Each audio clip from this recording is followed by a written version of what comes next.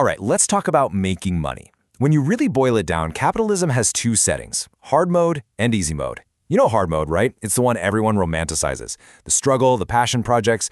But then there's easy mode. It's practical, it's kind of boring, and it gets almost zero attention. But that's the one we're going to crack open today. We're going to unlock the simple, totally unromantic secret to winning the game on easy mode. And the difference between the two? Well, it's pretty stark. Think about it. Hard mode is all about trying to convince someone to part with their hard-earned, already taxed salary for something they probably don't even need. But easy mode, your entire job is to help other people make more money. See the shift? One is a fight over a shrinking pie. The other is about making the whole pie bigger for everybody. So let's just frame this right, okay? This isn't about picking one business model over another. It's about choosing which game you actually want to play. I mean, they both exist under the umbrella of capitalism, but they have totally different rulebooks, different strategies, and believe me, very different odds of winning. And we all know the hard mode story, don't we? It's the struggling artist, right? The super passionate entrepreneur selling their stuff at the farmer's market. It's the person pouring their heart and soul into handmade tote bags for their Etsy shop.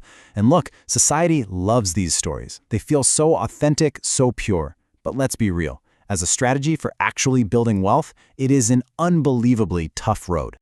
This really gets to the brutal truth of hard mode. When you're selling to a regular person, your competition isn't just, other products. You're fighting against their rent payment. You're fighting against their student loans. You're fighting against that constant nagging financial anxiety we all feel.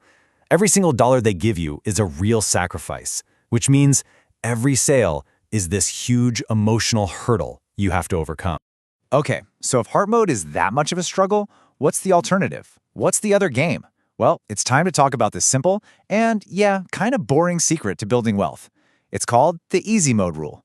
And here it is. This is the single most important rule, the whole secret. Just help other people make money. That's it. It's not glamorous. It's not going to get you on the cover of a magazine, but I'm telling you, this one simple idea is the fundamental engine behind almost all serious wealth creation. Now, you might be thinking, really? That's simple? Well, don't take my word for it. Just look at the biggest companies on the planet. We all think of Amazon as a giant online store, right? But its real profit engine is AWS, Amazon Web Services, which does what? It helps other businesses make money. And Google and Meta, they're not just social networks. They are gigantic advertising machines that help businesses find customers. This isn't a coincidence, folks. This is the blueprint.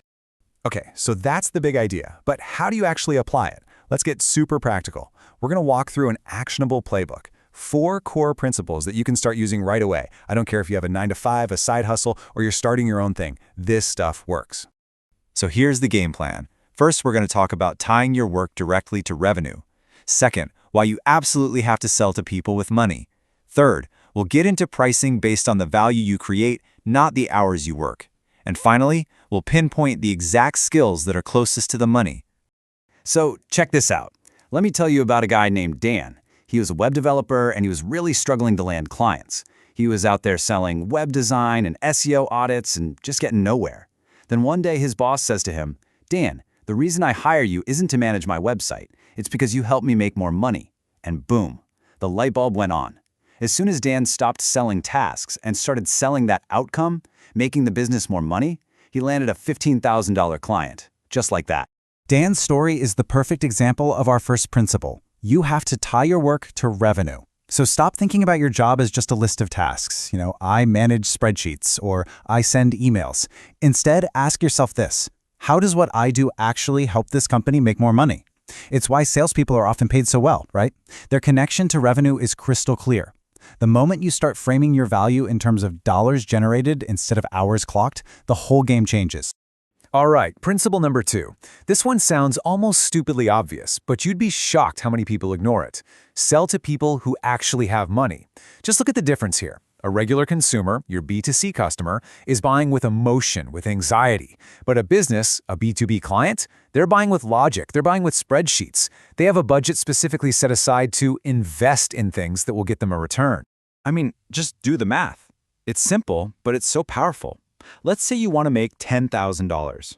Would you rather find, sell to, and then support 1,000 different people to buy a $10 product? Or Would you rather sell one single $10,000 service to a business that already knows it's a good investment? The choice is a no-brainer. High-ticket B2B is the fast.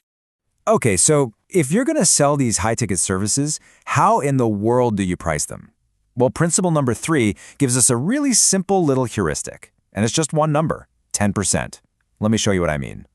This is what's called value-based pricing, and it's a total game changer. You have to stop charging for your time. Instead, you charge a fraction of the value you create for the other person. And a great rule of thumb is that 10%. So, if what you do helps a client make an extra $100,000, you charge them $10,000. Think about it from their perspective. It's an absolute steal. They get a 10x return on their investment, and you finally get paid what you're actually worth. Everybody wins. And that brings us to our fourth and final principle. Build skills that are close to the money. Now, here's a tough pill to swallow. Not all skills are created equal in the eyes of the market. Some skills, like sales, marketing, copywriting, these are what you'd call print money skills. Why? Because you can draw a direct line from that skill to revenue coming in the door. Other skills, like, say, general graphic design, they're awesome skills to have, but they're often a few steps removed from the actual sale, and that makes it much harder to charge a premium. Okay, so we've gone through the 4 principles. Now what? What's your next move? Well, the good news is the secret isn't to go out and learn some brand new skill from scratch. It's about looking at what you're already doing and just reframing the value you're already creating. And this leads us to the big, kind of uncomfortable truth that pulls all of this together. If you have a job, you're already helping someone make more money. I mean, that's literally what a job is. Your employer hired you for one reason, because the value you create is worth more than the salary they pay you. That gap, that's their profit. So here's your homework. I want you to ask yourself this question, seriously. In the job you have right now, how are you already helping your employer make more money? Can you put a number on it? Can you draw a straight line from the things you do every day to the company's bottom line? Just starting to think this way, that's the first and most important step. And look, this is the ultimate takeaway. Playing on easy mode isn't about the hustle or working yourself to the bone. Let's be honest, the hardest workers are rarely the richest people. It's about understanding the rules of the game. Your goal isn't to work harder. It's to prove with cold, hard numbers that you are making someone else richer. Because the second you can prove that, that's when you earn the right to claim a bigger piece of that value for yourself.